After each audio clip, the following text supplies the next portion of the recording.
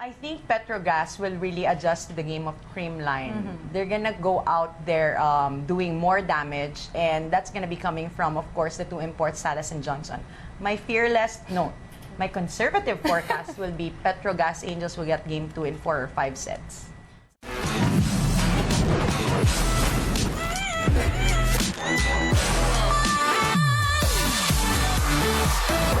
Chance for the finish here. Valdez, yes! Oh, Johnson. Binalik ang PetroGazz. Morado, David Blanco. He's still going to Blanco. Points the goal. Excellent work for Creamline, the win in game number 1.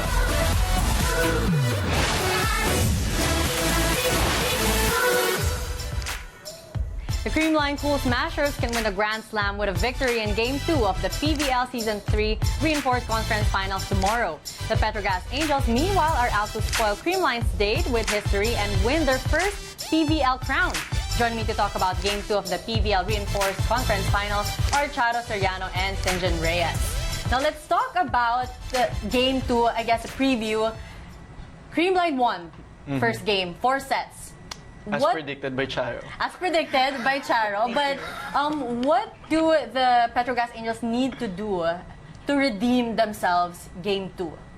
Charo. Well, for me, I think it's been seen in the stats also, so everybody knows it's really minimization of errors. Yes. PetroGazz that time in Game 1 had 31 unforced errors, and that's a lot of free points to a very, very strong and solid team like Creamline. So if they're able to minimize that, then I think they're going to have an advantage.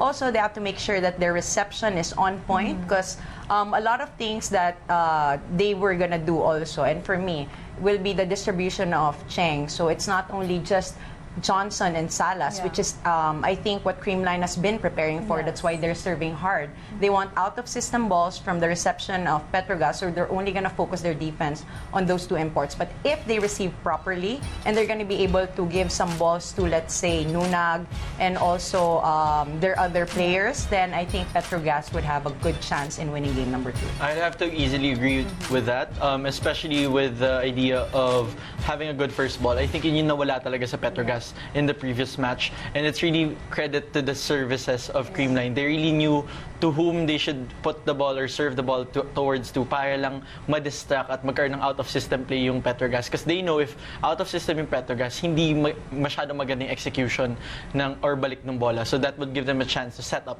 for their own play because they're ready for those balls, and we know how Creamline can adjust to that. But really for PetroGazz, it's really the first ball that has been missing in that last match, so that's something that they have to really work on, especially when it's not Johnson getting the first ball. Correct. Now speaking of the imports, no first game, the Creamline's great defense was able to contain Wilma Salas. How do you suppose that the Angels could contradict that, I guess, to put Salas, I guess, maximum power para they can take advantage and hopefully get their first win sa finals? I think we'd have to go back again to our answer, which is reception. That helps a lot because it also distracts the blockers of Creamline. And if the blockers of Creamline know that there are a lot of other options for attack, then they're going to have a hard time actually going already to the open hitter or blocking the open hitter already. So it just goes back to the reception and defense of the Petro Gazz Angels. Aside from reception, it will really depend on the playmaking. It's going to be a battle of the playmakers as well. So Jia versus Djanel. Jia versus Djanel, definitely. If the first ball is good, we know that Djanel could really set up really good plays. So she has to be given that chance to stand a fighting chance against Jia, who could set up those loose balls. So I guess for PetroGazz, it's all about reception and playmaking. Now, how about for Creamline? For them to continue the momentum, what would be key aside from what they've already been doing so well?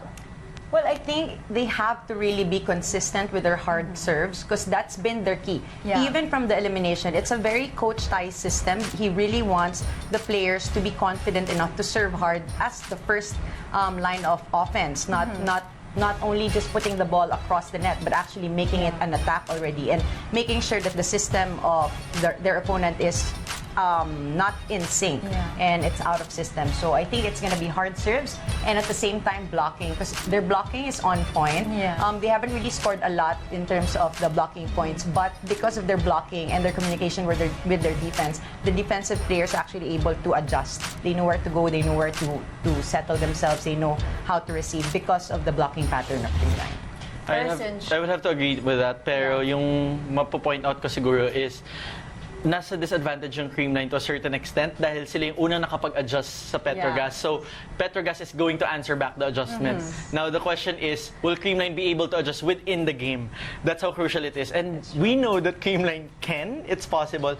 It's just that the question is, how far will PetroGazz adjust and make it different for Creamline? That they will give a difficult time for Creamline to adjust. So, Cha, you were smiling a while ago about, Creamline being able to adjust. Who do you think should lead the charge? Sino mga players from Creamline who will lead the charge when it comes to adjusting sa game on the court quickly so that you won't lose the momentum?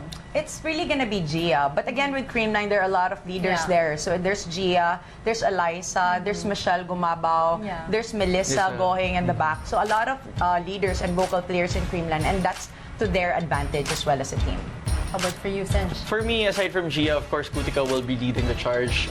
She has been playing stellar for Creamline, so it's quite exciting how else she could explode. Because when I tried to do a poll about it, like, who do you think will explode in this final series? And everyone said Kuttika, and I'm like, paano pa i-explode? Yun is parang pumutok na yun.